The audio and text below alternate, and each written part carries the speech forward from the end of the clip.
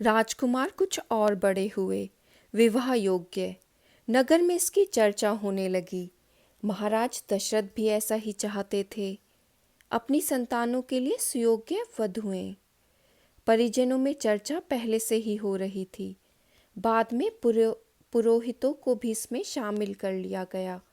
अयोध्या का राजमहल। एक दिन ऐसी ही चर्चा चल रही थी, गहन मंत्रणा। तभी एक द्वारपाल घबराया हुआ अंदर आया। उसने सूचना दी कि महर्षि विश्वामित्र पधारे हैं। महाराज दशरथ तत्काल अपना आसन छोड़कर खड़े हो गए, द्वार की ओर बढ़े, महर्षि की अगवानी करने। उन्हें लेकर दरबार में आए। विश्वामित्र को ऊंचा आसन दिया गया। विश्वामित्र कभी स्वयं राजा थे, बहुत बड़े और बलशाली। बाद में अपना राजपाट छोड़ दिया, संन्यास ग्रहण कर लिया, जंगल चले गए। वहीं उन्होंने अपना आश्रम बनाया। उसे उन्होंने सिद्धाश्रम नाम दिया। महर्षि के स्वागत सत्कार के बाद दशरथ ने कहा, महर्षि आज्ञा दें, मैं आपकी क्या सेवा कर सकता हूँ? आप अपने मन की बात कहिए, आपकी आज्ञा का पूरी तरह पालन होगा।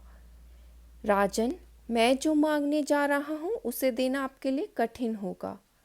आप आज्ञा दीजिए महर्षि, मैं उसे पूरा करने के लिए तत्पर हूँ, बिल्कुल नहीं हिचकूंगा। मैं सिद्धि के लिए एक यज्ञ कर रहा हूँ।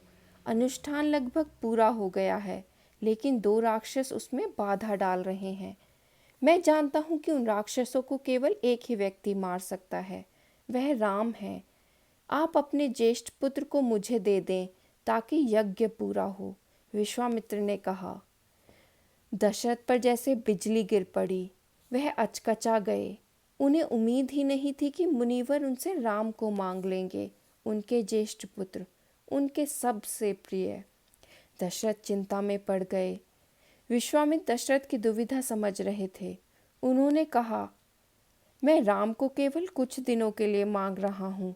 यज्ञ 10 दिन में संपन्न हो जाएगा। महाराज दशरथ दुखी हो गए। पुत्र वियोग की आशंका से कांप उठे। दरबार में सन्नाटा छा गया। दशरथ की दशा देखकर मंत्री चिंतित थे, पर चुप थे। महर्षि वशिष्ठ शांत थे। इतने में दशरथ कांप कर बेहोश हो गए। होश आया तो डर ने उन्हें फिर जकड़ लिया। मूर्छित होकर दोबारा गिर पड़े। संज्ञा शून्य पड़